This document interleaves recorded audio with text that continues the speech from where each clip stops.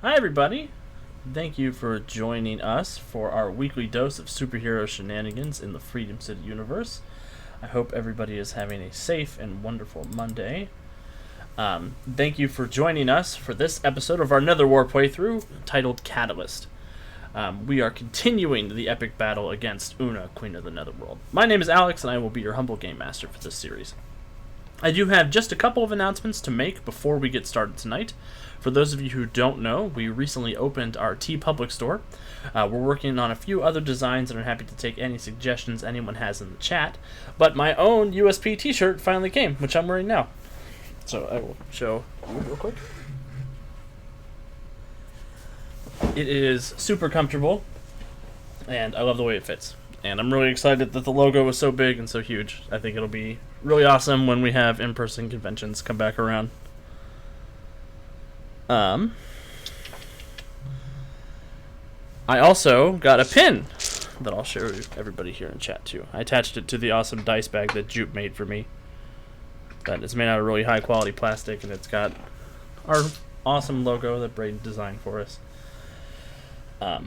Also tonight we have a new set of channel point awards that we're going to be trying out. This is a demo. There is still Highlight My Message and Hydrate, but we have changed moral support so it has a tangible benefit in-game. 5 times per night, a viewer can wish moral support to their favorite character or the GM and give them a circumstance bonus on their next roll. This will vary from system to system, and we are still just trying it out. But for tonight, this is going to be a +2 to that person's next D20 roll. There's also the ability to suggest a game you want us to look into doing content for, and we will add it to our list of games to discuss for future streams or episodes of Storyforge. This can be done twice per night, and there's also a GM Pro Tip button now. Once per night, you can request a GM Pro Tip and either ask a specific question looking for advice or get a general tidbit of GM knowledge from one of our incredibly talented GMs. We're trying these channel points out as a way to reward all of you who have been sticking with us throughout this whole project since we started back in June. Tonight, we will be playing Mutants and Masterminds 3rd Edition, published by Green Ronin Publishing. This is the world's greatest superhero RPG. It is a D20 system with serious emphasis on cinematic superhero action. Players can create any hero they can imagine using its legendary character creation system. They can also use hero points to push their powers and the scene beyond their limits. These points are earned by leaning into the genre, acting heroically, good role-playing, jokes I think that are funny, and suffering setbacks just like superheroes in other media. We have gathered some amazing heroes tonight. Say hi diddly hey, heroes. Hi diddly hey, heroes. I want to give everyone a chance to tell us a little about themselves, the character they will be playing, and where else we can find them. Starting with Kevin. Hey, I'm all over the multiverse, but, Monday nights I'm here. I'll be playing newly christened Overdrive, formerly just Dave, a speedster. So this is our sort of teenage chapter of our lives, sort of getting started before we jump into the wonders of adulthood. The wonders. Yes. What about Jonesy? Hello, everyone. My name is Jonesy. I can be found primarily on this stream, either playing Mutants and Masterminds on Mondays or running War of the Apocalypse on Tuesdays. During convention seasons, when we have those, I can be found at conventions running games as well. Other than that, I will be playing Deathgate, an angsty juvenile delinquent turned superhero? Question mark. He is pretty much the living gateway between reality and the underworld. So lots of spooky, ghosty powers. We love the spooky, ghosty powers. And Everly, unfortunately, is not feeling well, so she will not be with us tonight. The part of Dark Star will once again be taken over in combat by Andy and my sort of general grunts and from a role-playing perspective. Andy, who are you playing tonight? My name is Andy. You can find me here. You can also find me over on our YouTube channel. I am the host of our Storyforge series, which will be coming back relatively soon. We've got some episodes that we're getting set up and ready to go, so we're going to provide that content to you guys again here in the near future. other than that, tonight I will be playing Resonant, our multi-element blaster, and continuing her growth as a young teenage superhero. Awesome. So yeah, that's our cast of wonderful characters. I think without further ado, we can get started. So, last time on Netherwar, our heroes rescued 7 from the dungeons of the Nightstone work camp. The group then decided to infiltrate the train that runs from Una's capital of Nethermoor and this camp. They donned magenta guard disguises and successfully conned their way aboard. The group had some tender moments taking stock of their situation during the trip, with Dave in particular trying to pep up the group, saying that everything they had done so far in this journey was amazing and they should be proud of themselves. And they have graduated from beating up unarmed thugs in alleyways to saving the entire multiverse, probably. You know, unless they all die, like the negative Nancys of the group think. How dare you speak of Deathgate in that manner? Death is just the beginning. No. That's true. It's really easy to be emo when you know that ghosts are real. So they won't shut up. Their idyllic train ride through the Netherworld countryside was interrupted, however, by terrible demonic cherubim, armed with flaming arrows and tridents. The gang banded together to fight off these vile fiends, and eventually made it to Nethermoor. Once in the city, they connected with Kadrim's resistance contact, Kaysen the Doctor. 7 and Resonant used their combined magical energy to heal a large line of sick and injured citizens outside of Kaysen's clinic before heading in to discuss strategy on tackling the Una situation. 7 revealed to Kaysen that she was Earth Prime's Master Mage, and that she had to get into Una's sanctum to challenge her to a wizard's duel for the fate of Earth Prime and the Netherworld. Kaysen and her resistance smuggled the heroes into Una's citadel. Inside, they fought with an elite demon named Sean May. 7 one-shotted him, but I'm not bitter about that still. After embarrassing my demon warlord, the group found Una's sanctum, the alloy additum, and entered within, only to realize, too late, that this was a trap, as Una relayed to them this message. You're too late. While you played in my garden, I strolled into Earth. Without a master mage there, it was mine. Not getting any audio, Alex. Graced her soil. Why is there no audio? You failed. Everything Adrian spent his lifetime protecting, you betrayed in how many days? I was waiting for it, yeah. But you left such a... Is the voice not playing on Roll20? No. No. I heard it. Oh, Jonesy heard it. It must have been the voice of the dead. Turn your audio. It must have been the voice of the dead. Yeah, okay. Chat, let me know if you guys can hear it, because it's coming through my headphones. There was audio in the stream. I thought there was islands in the stream. There are islands in the stream. That is a very different genre of music than what Deathgate usually listens to. I'm going to try to play it again. Andy and Kevin, will you make sure your Roll20 tab isn't muted? Yep. I got it. Good to go here. It's not muted. You're too late. There it is. While Holy you crap. played in my garden, I strolled into Earth. Without a master mage there, it was mine from the moment my feet graced her soil. You failed. Everything Adrian spent his lifetime protecting, you betrayed in how many days? Oh, but you left such a thoughtfully prepared gift for me. How could I not return the favor? My additum, my secret place, only respects courage and power. The only way to leave is through sacrifice. If you want to come take your little world back, well, I fear not all of you can make the trip. So yeah, that was sort of the sinister message that Una played directly into your minds. Oof. This is a bad night for our player not to show up. That's true. One of us can't make it back.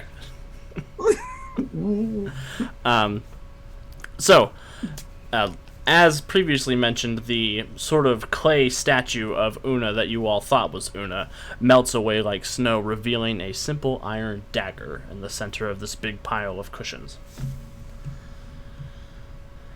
And you all are sort of left standing in this luxurious, incense-smelling library, looking around. It's a pocket dimension of some description. What would you like to do? That Wait. sounded a little over my head. Like, what does all that mean? Does that mean we can't get out of here then, right? So gonna go back to the door and try opening it, or the mirror, the mirrored entrance. So when you head back to the mirror, you notice there is no mirror. Hmm. There actually does not appear to be a way out of this room. You sort of turn around, and where you expected to see the throne room on the other side that you passed through, it kind of just extends on into this never-ending Beauty and the Beast style library. Guys, this is not good. No, it's not. Magic makes my head spin. So, how are we getting out of here? Because we've got to get back and save Earth, right? That's the only way that's going to happen now. And I don't think we can trust this Una chick. I don't trust her. She's setting us up. Yes, she is an evil master mage from a hell dimension. So yeah, I'm pretty sure she is setting us up. So this sacrifice bit, I call shenanigans. There's no way. We're getting out. We're all getting out. We're doing it. We're all getting out. Dave, calm down. I'm calm. I'm as calm as can be. That's why you're burning a hole in the floor. Pacing back and forth. The carpet is smoking. Seven kind of sits down on the cushions of pillows, and she's like, "How did this happen? We're smarter than this." Oh no! No, God, no. Are we? Are we? I want to check out the dagger. Do I pick up any eldritch energies coming off the dagger? Go ahead and give me an expertise magic check.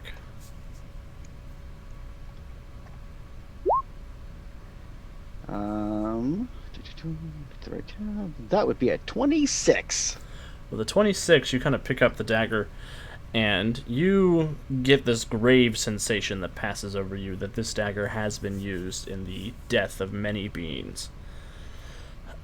You sort of, you get the sense that usually the dagger is used to kill things like mice or songbirds or fish, just general small sort of insignificant animals, but there have been multiple occasions where somebody has been cut open from the sternum to the navel, and had their still beating heart ripped out of their chest by Una in this room. It doesn't seem to have any inherent magic of its own. You're just sort of getting that after echo of all the pain that this thing has caused. Well, I kind of hold it up. This is a tool, but not a artifact, if that makes sense. So it's just used to help with the ritual and not a focal point of the ritual. Yeah, seems like it. Okay. Well, that's weird though. If that's what was left after Una, well, the image of Una disappeared. She's expecting one of us to. That seems like a trick. Like she's trying to give us ideas and then leaving this dagger behind. Hey, Seven, didn't we do like some Voltron thing to get on this little dimensional merry-go-round? Like we all did a little this and a little that. And I did the shaky thing and we opened the dimensional portal. Like, could we do that to get out of here? Can you like magic something up? And I can vibrate really fast, and then Deathgate can reach into the ether, and Resonant can do that crystal thing, and maybe Darkstar can punch somebody. Like, well, I mean, we could definitely try, but this is her sanctum. She's the master mage of this dimension. If she's created a lock, it's going to be a lot harder for us to break in or break out than it was to break in. but I'm thinking that's why she's got this whole divide and conquer thing with her stupid little clue. is I think that maybe us working together is how we all get out of here. Not doing what she said because she's a liar. Let's go ahead, Henry Rollins for you. Uh, Well, Una might say that sacrifice equates to death, but it doesn't. A lot of different things can be sacrificed, right? I guess. Does anybody have any like dark secrets or anything that they need to share with the group? Resident's going to give a very hesitant side eye over to Deathgate and then kind of just lower her eyes and like, no, not going to say it, not going to do anything. It's all his. I mean, I'm 14. I mean, what kind of secrets do I have? Nah, I'm good. I mean, I had time to come up with dark secrets yet. Check back in 10 years. No, I'm just kidding. Fourth wall breaking. Fourth wall breaking. That's the episode of WandaVision we're on now. Okay. Oh boy. So she kind of looks around the room. She's like, okay, so if we don't have any dark secrets or anything that we need to share, Oh. Well, yeah. we could. Yeah, I mean, I'm open to attempting a ritual to try to get us out of here. Just kind of looking around. Maybe we could sacrifice something valuable. And Seven kind of looks at the massive collection of priceless artifacts and one of a kind magical tomes and grimoires. Wait. Is it a sacrifice if it doesn't belong to us? Yeah. I mean, that seems kind of easy if she's going to let stuff of hers that we can use to open the door. Seven lights a fireball in her hand. She's like, I'm willing to try. Oh, okay. But if you all don't think that that would work, I'm happy to try something else. Well, what about that ritual that you prepped before we came here? The chameleon ritual? Didn't you? There was another one that you had ready to go. The one that lets me turn beavers into gold? Well, it's a ritual. You've got the power for the ritual. Maybe we can sacrifice that. Do you have a beaver handy? No, not golden beaver. Not the beaver itself, but the magical energy that you had when you created that ritual. Oh, this is a quick build library. Maybe there is a stuffed beaver. I will zip through the library looking for a stuffed beaver. How many miles can you move in a move action, just for my knowledge? Well, prepare to be dazzled. Where I got you? 2 miles around. Okay, 2 miles around. At 2 miles around, it will take you... Let me look at time rank. Holy crap. Oh, where's my Roll20 table? Come here. 6 seconds. Yeah, right. The joy of having speedsters, everybody. Yeah. Always got to make them work that chart. I'm so glad I downloaded this rank chart and put it into Roll20. Generally, it would take about 25 years to check the whole library. But you have quickness what? Quickness. Quickness is only 4 in my teenage self. 4. So instead of 25 years, it only take you 8 months to check the whole library. Oh. But I'm willing to let you make an investigation check on top of that to see if you get lucky. That sounds good because I don't think we got 8 months. Oh, you can't do investigation untrained. Oh. I would be willing to let you spend a hero point to get the beginner's luck advantage. That would give you 5 ranks in skills that you're untrained in.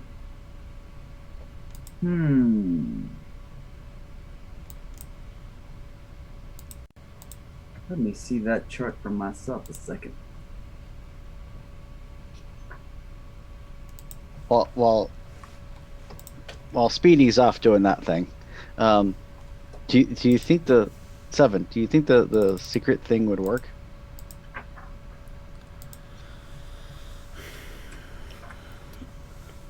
Maybe magic's weird. You know, says the yeah. I get Says that. the master mage. Says the master mage. I kind of gathered that when I got this artifact shoved in my chest and turned me into a living ghost. So she says, "Well, I do know that the idea of sacrifice doesn't have to just be something physical. It can be a confession of a shameful secret, or a personal insecurity, or a confession. You know, that is a sacrifice of social standing rather than blood or you know, violence or life or anything like that."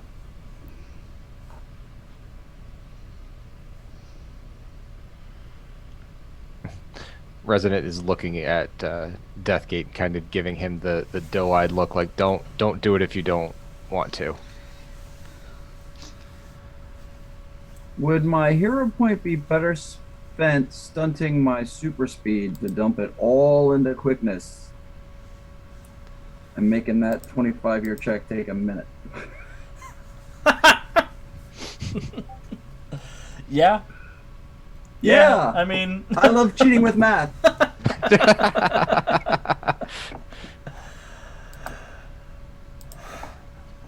stay in school, kids. wow. Okay, so you want to spend a hero point to search the entire library in 1 minute. Yeah. That's fair. That's quickness. All right, Dewey Decimal Dave, let's do it. Okay, give me that hero point so I can delete it. I did. It's out there. Oh, I see it. It's on Resonant. Boom. All right, so Dave goes and searches the entire library. What are we looking for again? A beaver? Is that what you're looking for? Yes. It's so worth that hero point. Come on. It's a beaver.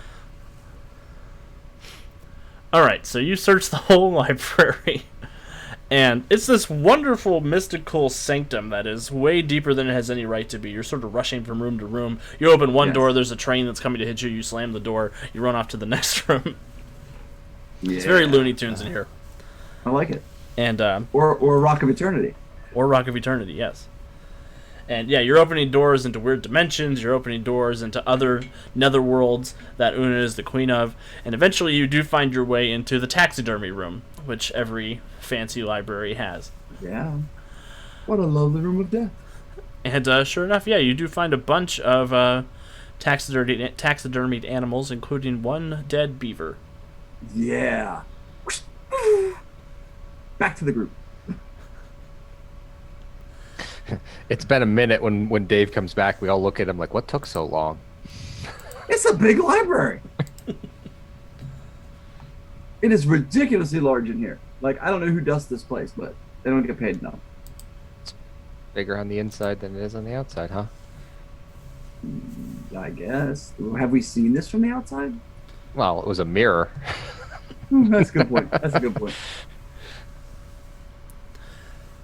So you all have a dead beaver. All right, Seven. Magic it up.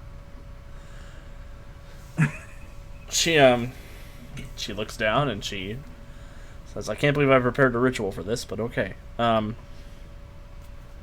she traces a couple of arcane sigils in the air, glowing with this sort of incandescent purple energy that forms into this glyph that passes over the beaver. And you see as the magic passes from the tail up to the buck teeth, it just slowly turns from a stuffed beaver into a golden beaver. That's magic. And it becomes significantly heavier. Now that it's made out of solid gold. Solid gold beaver. I'm gonna set this down. Okay. Ink. And she says, "Okay. I think the issue, Resonant, is that wasn't a lot of magical energy. I mean, that was a simple spell. What if we throw it through where the mirror is supposed to be? Like the golden beaver is the key. No? I don't know. I'm open to trying it.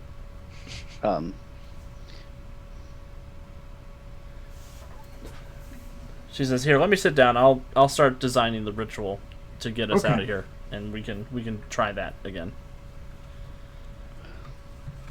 What do the rest of you want to do while she is working on designing this ritual? Pacing. You know, I could go for a run in here. It is bigger than I thought. You definitely could.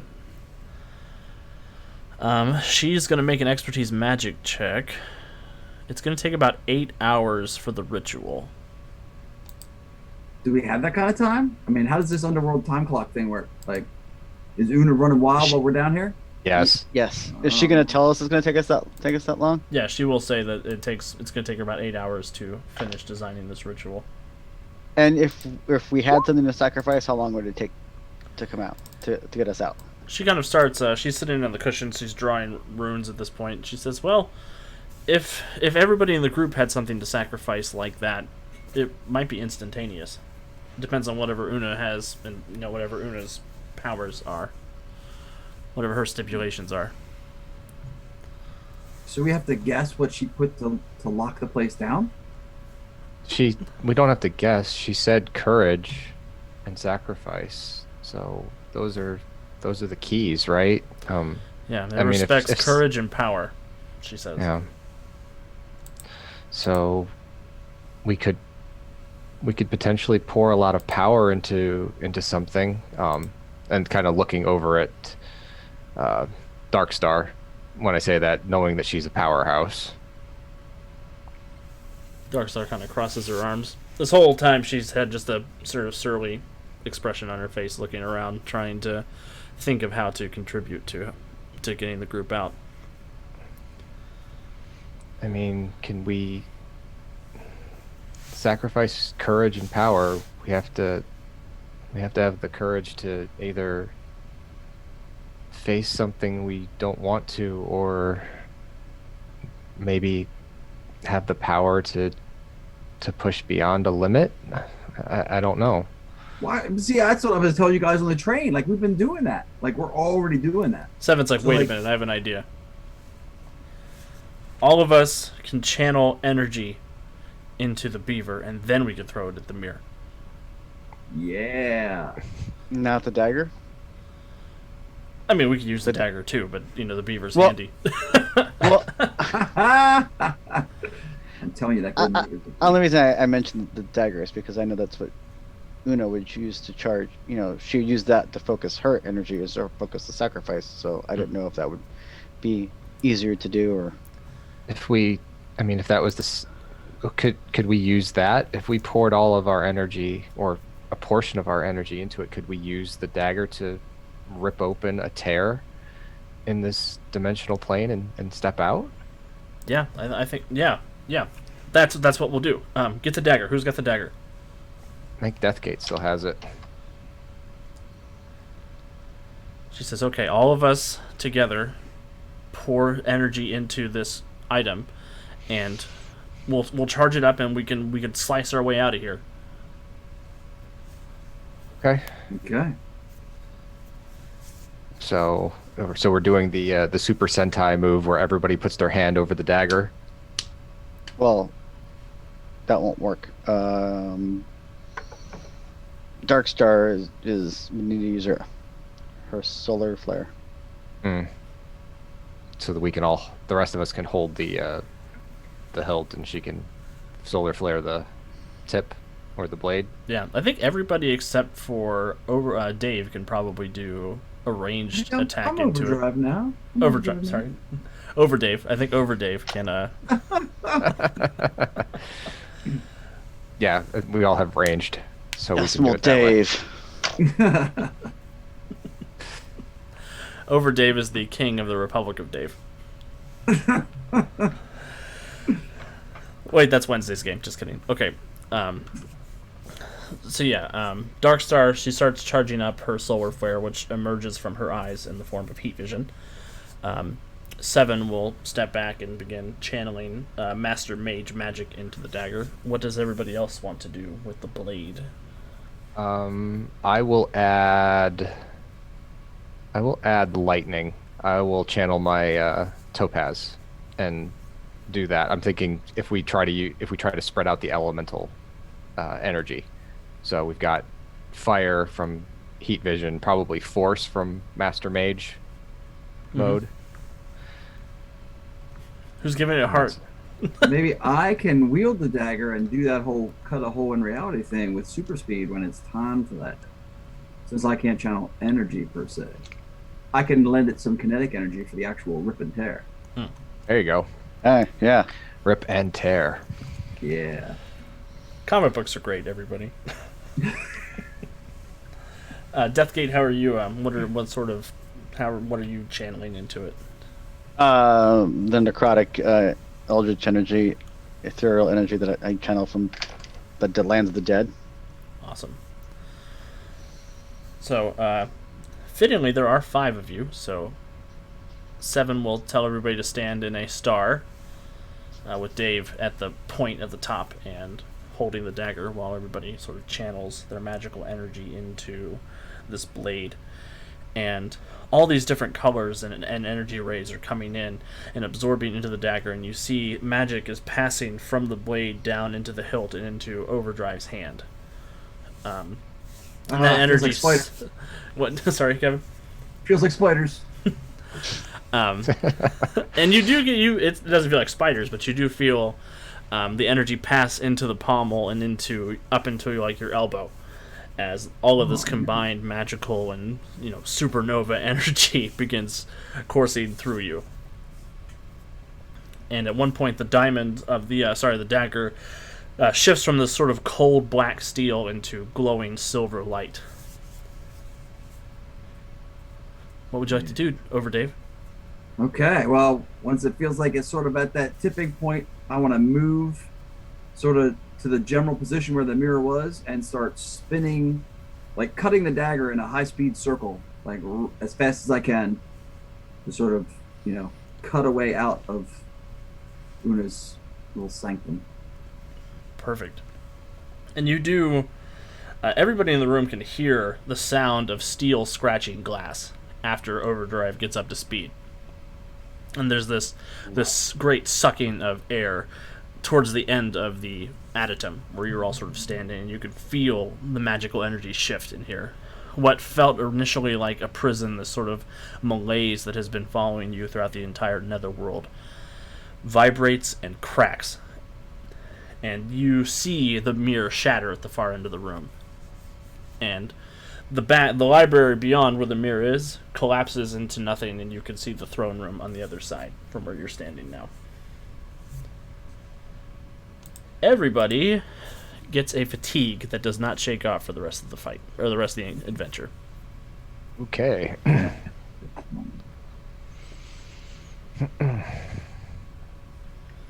Click that on the sheet so I don't forget it. So, what does everybody want to do? I want to get out of this little pocket dimension and back into the Netherworld. I can't believe I'm saying that. Yeah, but that's good. We should exit while the thing is here. Mm-hmm. Is there a fatigue function on the character sheet? I don't believe so, but you can write it in the notes section on the stats and skills page in the bottom. That's where I usually put conditions. Okay.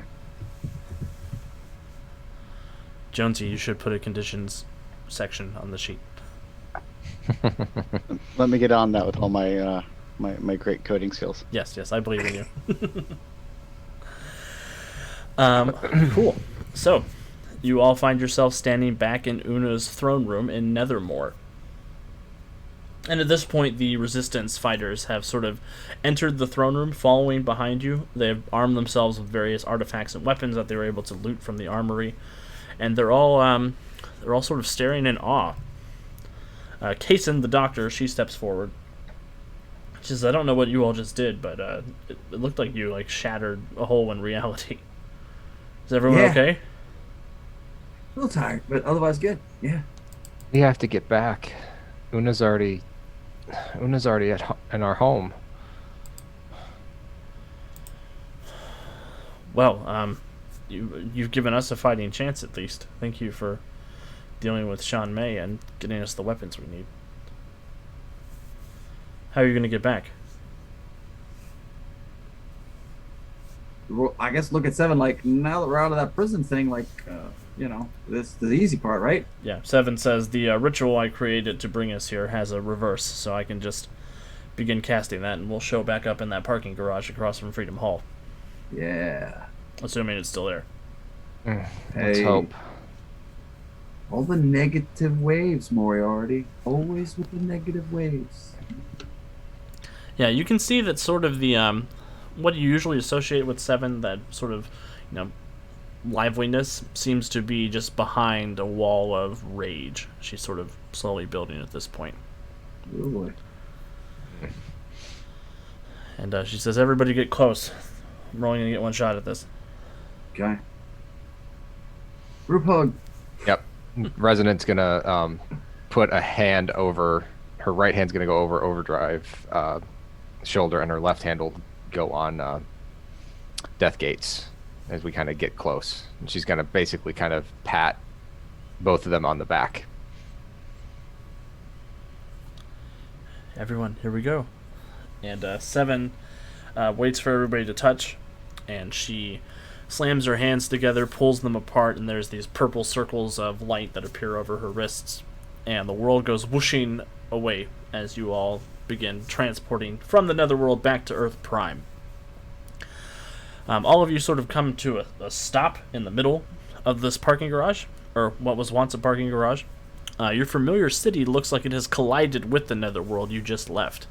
A storm cloud of orange and violet light churns overhead.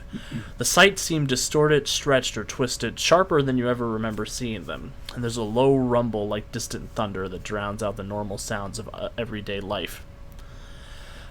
Looking around, you can see that all across Freedom City there are smoking buildings. You can hear police sirens responding as best they can. You hear gunfire all throughout the city. And you don't see a whole lot of costumed crime fighters responding to this. Looking around, you can see various demons that you encountered throughout the Netherworld. You see a couple of magenta guards who have discarded their cloaks and are, trawling ahead on all sixes with their tendrils reaching out to grab people as they're passing by. You can hear screaming pretty much generally throughout everywhere. We are going to enter a skill challenge as you all sort of decide how you want to proceed with answering this and finding Una. Well, first thing Resonant's going to do is kind of like cover her mouth with her hands in that "oh my god, what the heck's happened here" type of moment, and just be completely and utterly aghast at what's happened, and knowing that leaving with 7 has kind of been the catalyst for all of this, so she's really feeling very guilty at the moment. Yeah, you see a similar expression on 7's face. It's that kind of shared glance then between the two of us. Yeah, directly across from where you all is Freedom Hall.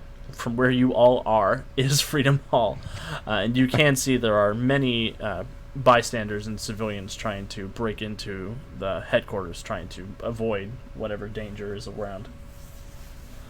Well, I'm too young to feel guilty, and I'm just a little cranked that Una's made this mess of Freedom City. So looking for her while also trying to get people out of the way. So I don't know if you want a speed check for that, or like for the skill challenge part of things, or if you want a skill with that, or... Yeah, so we'll I'll go ahead. Let me pull up my skill challenge real quick. Hold, please. All right. So yeah, I'm gonna go around to each player character twice, and we're going to have you narrate a little scene and sort of describe what skill you're using to contribute to the skill challenge, and you all need to hit a certain amount of successes before hitting a certain amount of failures to determine sort of how well you're able to begin containing the situation and finding Una. And I'm happy to start with, since Overdrive is offering his speed, I will go ahead and let you roll a speed check for your first contribution. Okay, now this is where the fatigue comes in, so I'm -1 speed rank because of that. So I'll just use the generic dice roller because I don't have a speed -1 thing built in. That's okay. 8 instead of 9. Bam! And that's a 27. Awesome. Aha. So, I will say that you are successful in this attempt. So Overdrive is zipping around, sort of working out from where we are in a sort of a concentric circle, rescuing people from demons, or just sort of grabbing them and moving them out of harm's way, and sort of trying to keep an eye out for Una, assuming since she's more than a little full of herself, she's not really hiding too well, but like also keeping an eye out for people in trouble. So there's this sort of red and silver blur zipping through the rubble, grabbing folks, moving them out of the way. Maybe occasionally, kicking up a dust cloud to obscure the sight of one of the monsters so people can get out of the way. A lot of the people that he's helping, like, he's moving and talking too fast for them to even really hear. He's one of the sort of nudging them along to safety kind of thing. A lot of people are getting whiplash, throwing up on the ground. Oh, man. What's happening? I went too fast. Perfect. And oddly enough, Overdrive, you don't find Una during your sort of your sort of search of the city. You do find several flying squadrons of those demonic cherubim that you encountered on the trains. You do find some of those Magenta Guard, and you see a few other individuals arrayed in the same clothing that the Inquisitor you fought is wearing. You also find some other demons who look similar to the ones you found in the Citadel, and demons that are beyond imagining, just sort of around, of all various different, body types and layouts and makeups and abilities. It's real nasty. But Overdrive got one success for the skill challenge. Deathgate, what would you like to do for your first little scene around? Well, my first thing is to I see the civilians, and I kind of go into civilian protect mode. So I'm gonna rush over there and help get them out of the way. And as I do, I'm pretty much gonna be using my ghostly outburst kind of thing, my poltergeist power, where it does all the stuff, flies around me, to blast groups of demons away. Awesome.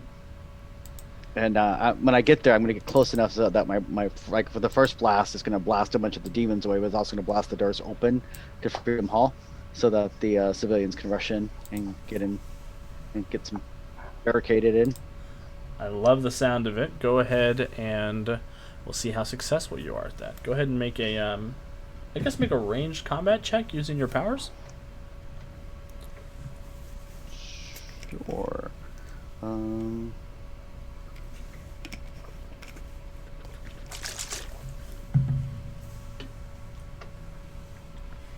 That was an 18. Perfect. You do manage to get one success for the group. Obviously not as focused as Overdrive. Apparently I've got some stuff I'm weighing on my mind. Yeah, but you do sort of zip over there with your ghostly powers, start blasting demons aside. You break open the doors of Freedom Hall, and Cynthia comes rolling out with her robotic form and she says, "Everyone, please come inside." And the humans don't even listen to her. They just sort of barrel past her, over her, and as they're making their way into Freedom Hall. Respect my robot. Get that cartoon element where she gets spun around so often she ends up with robotic stars. Well, it's funny. You guys are very impressed that in the time that since you have been gone, Cynthia was able to replace all the broken glass and all the broken benches and stuff from Freedom Hall's entranceway that you all destroyed on accident when you were fighting Brace in our first episode.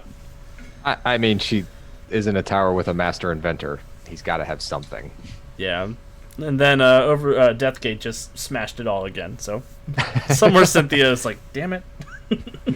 Somewhere deep in her robot brain. How would you like Darkstar to contribute Andy.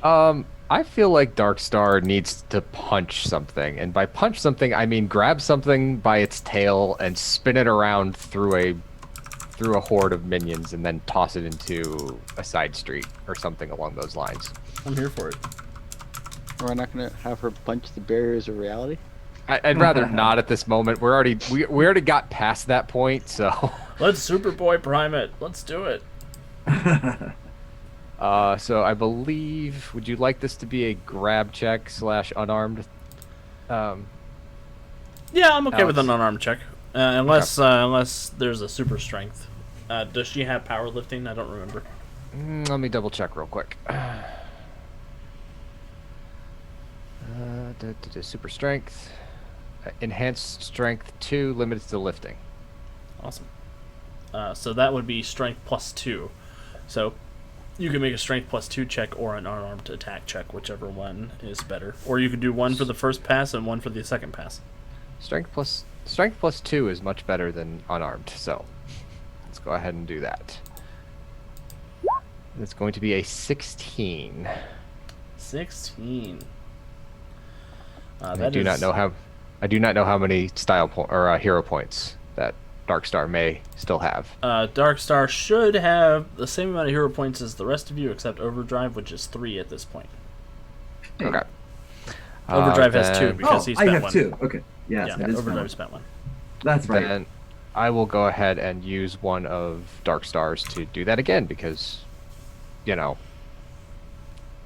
yes, my God. that is much better. That is it. That is a critical. That is a natural 20. That makes it a 32. I'm offended. And I mean, for the scene I described, that seems fair.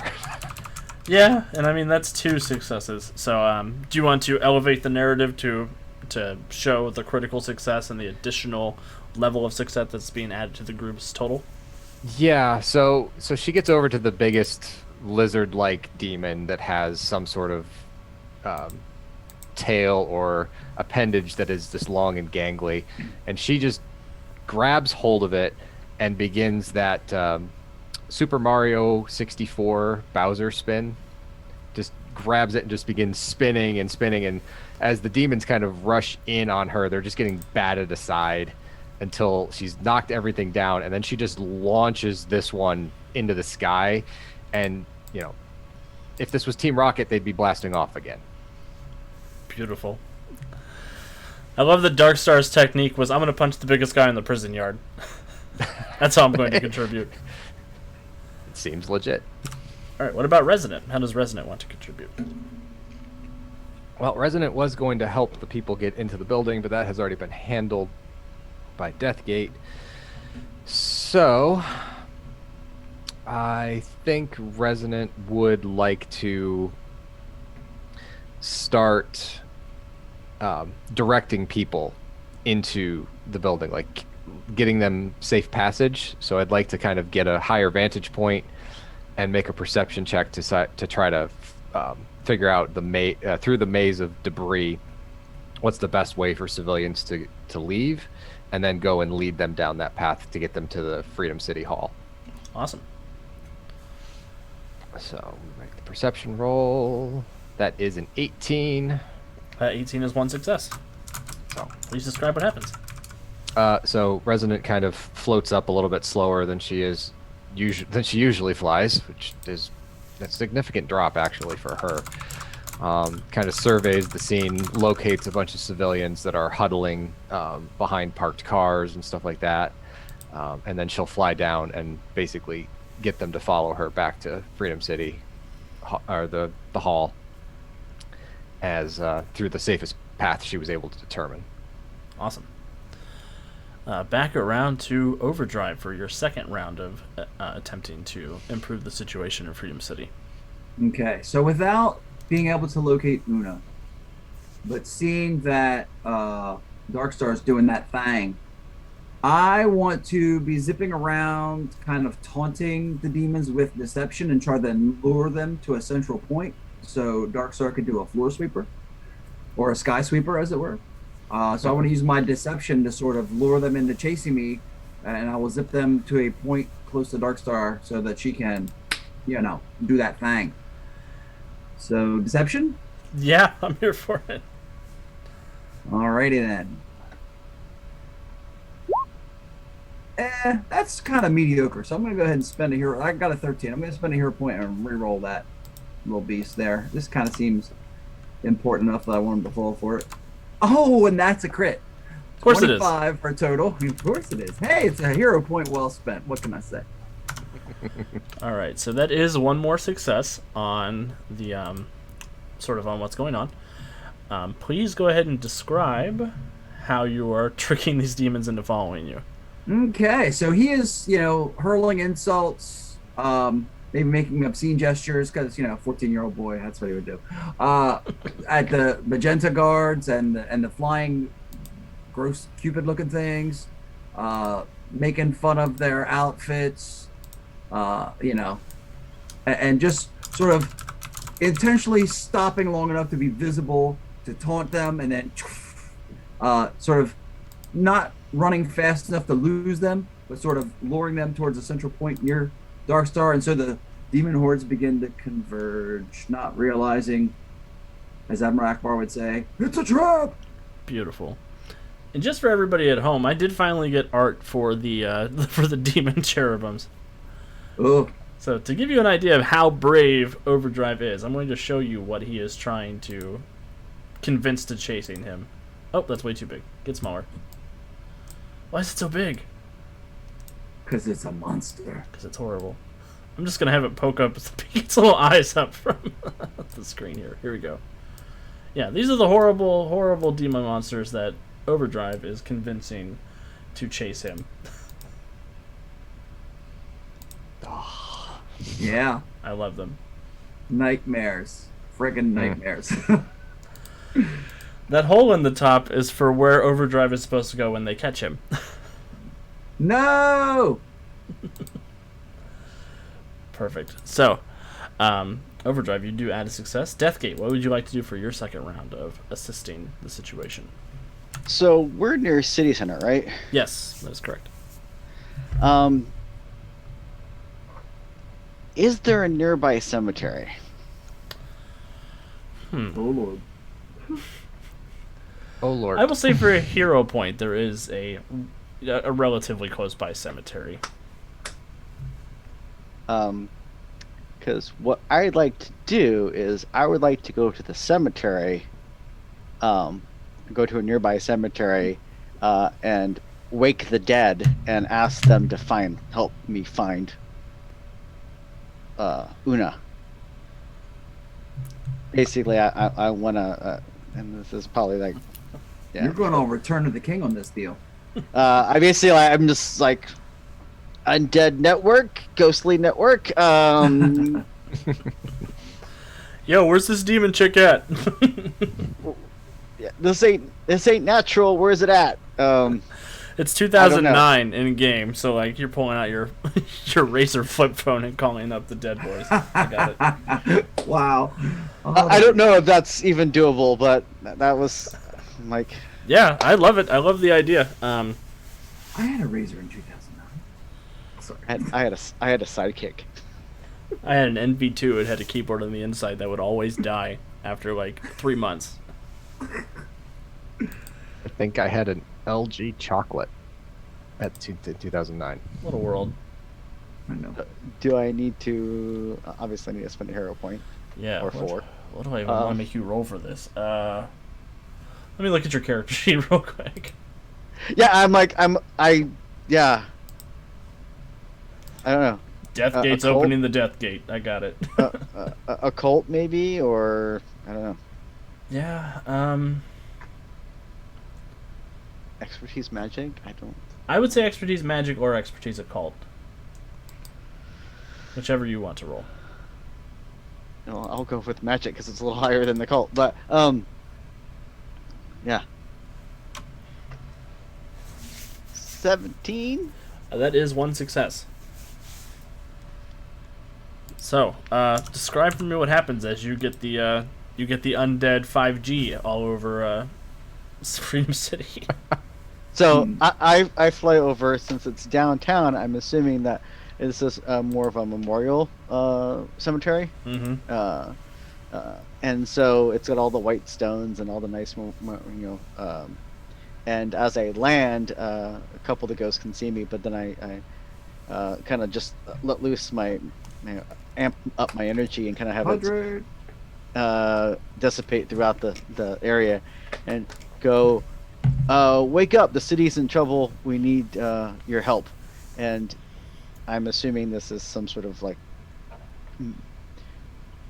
military cemetery. So all these ghosts of former soldiers and kind of rise up, and basically I'm like, we need to draft you one more time to save the city and save all the civilians. We need to find the center of this. Can you help me? Yeah. And in the spirit of not destroying this beautiful cemetery, I'll say their ghosts rise up out of the ground. Yeah, ghosts. They're Ghosts. zombies. No, specifically ghosts, because I can't. Yeah. Yeah. I'm not that kind of necromancer. No, well, yeah, it's yeah. I'm a spiritual necromancer, not a physical necromancer. So yeah, this platoon of ghostly soldiers rises up out of, crawling out of the memorial ceremonies, memorial cemetery. And they all sort of lock into rank and file. They look up to you for that instruction, and all of them dissipate and start flying throughout the city, trying to give you the information that you seek. And they will probably be back in just a moment with some intel on Una's location. Darkstar.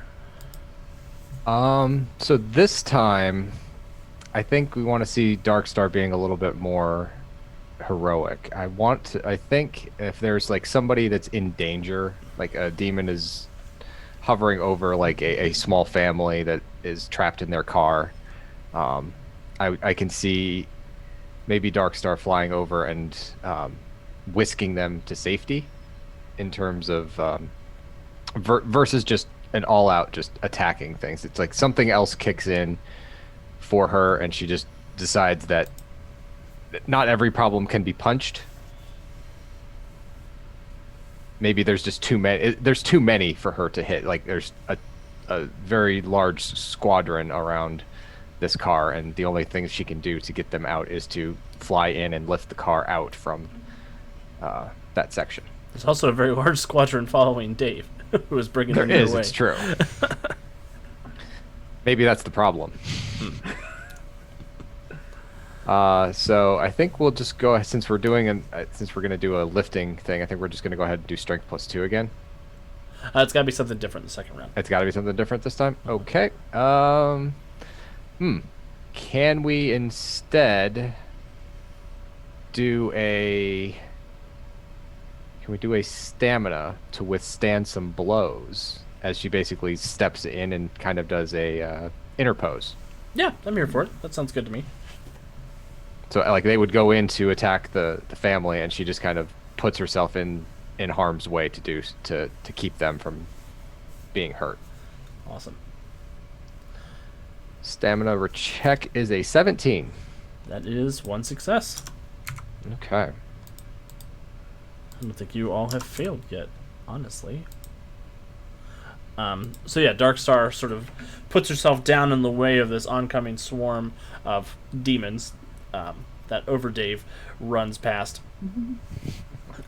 Not realizing in his youth that he is putting a family in danger to bring them over for Darkstar to. I think Dave's plan was punch them all or drop a big rock on them, or supernova or something. And she sort of like rolls her eyes and thinks in her mind that she's going to have to talk to Dave about what exactly she can and can't do in the future. Can't you supernova? Not all of them at once, and they all sort of come in and they just start dogpiling on top of her. But she's able to. Sorry. She's able to keep this horde at bay long enough for the family to get away and for Dave to get away before she starts grabbing them and smushing them together. Yeah, and then she does the superhero. I'm completely covered in bad guys, and I pop out, and they go flying. It's beautiful.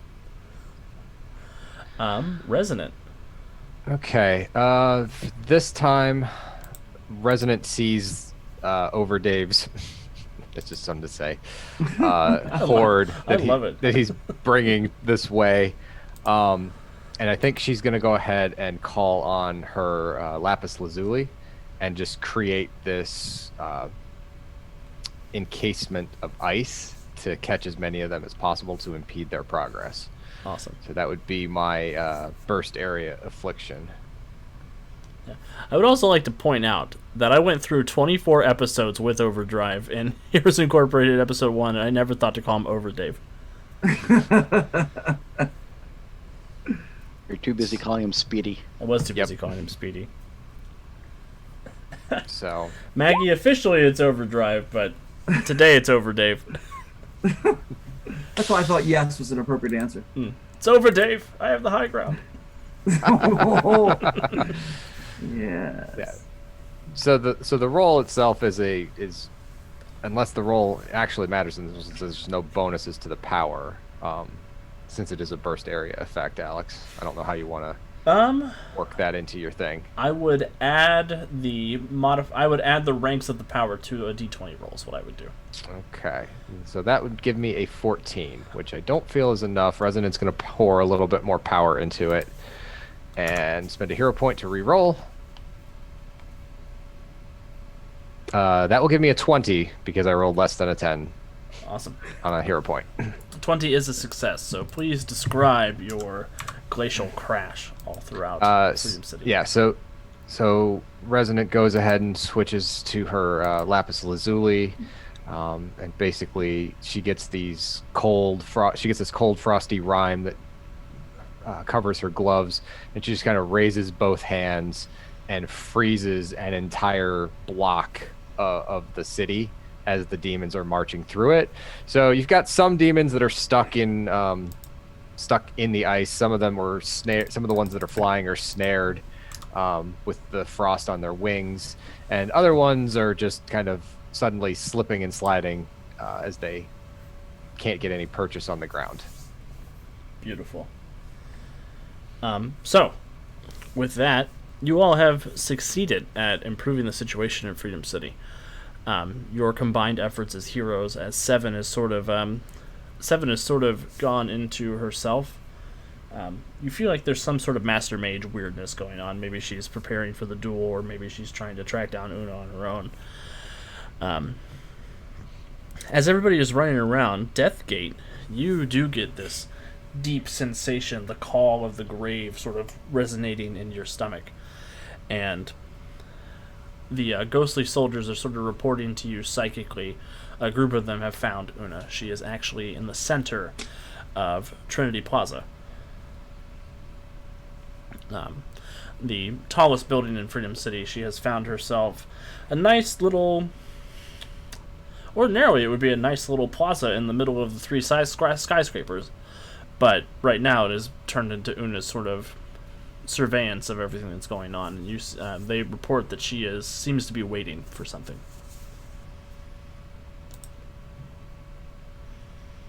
I quickly grab the others and let them know. Sounds like she's at Trinity Plaza. You know, the tall buildings with the twist. Oh, the twisty pyramid things. Yeah. Yeah. Sorry, Pyramid I always Plaza. wondered how that stayed up. For all the Freedom City historians out there, I am sorry. I was wrong. Shame. Kevin is one of those Freedom City historians. Yeah, but the rest of you, as Deathgate sort of gets this sensation from his spirits, the rest of you have put up an amazing fight against the demons. You've either frozen them in place, you've smashed numbers of them, you've tricked them into funneling into killing points. The police and the National Guard seem to be reasserting some kind of control here. And you think that you're in a good enough position that you could go and back up Seven in this duel. Yeah, we need to. Yeah. Yep. Can't let her do this alone. Nope. That's what got us into this mess in the first place. Let's just make the same mistake over and over again, right? We're teenagers. That's how we learn, right? Yeah. This will be different. Repeat it until you get a different result. Awesome. Oh my. So, You all make your way to Pyramid Plaza, and sure enough, standing in the center of this very large plaza, this very sort of beautiful area that's got a fountain in the middle, there's little shops, little kiosks on the side. You see Una, Queen of the Netherworld.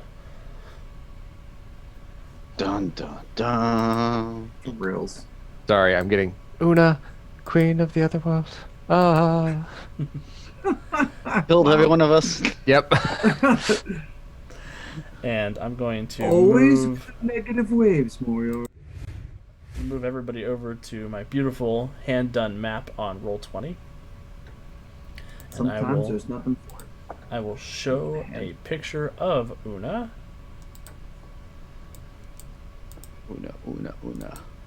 She's this very tall, elegant-looking woman in this long, flowing green emerald dress, who, sure enough, does have arcane energy sort of swirling around her. And that golden light that Seven showed Kaysen back in the Netherworld that sort of signified that she was the Master Mage.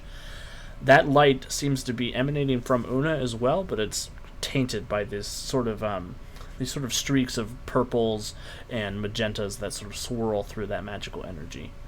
You see, as you and Seven approach at the sort of coming in from the side of this plaza, this energy clashes out of Una and Seven and slams into each other, and it creates this sort of scintillating field all around, not just the plaza, sort of the immediate, almost like 10-block radius.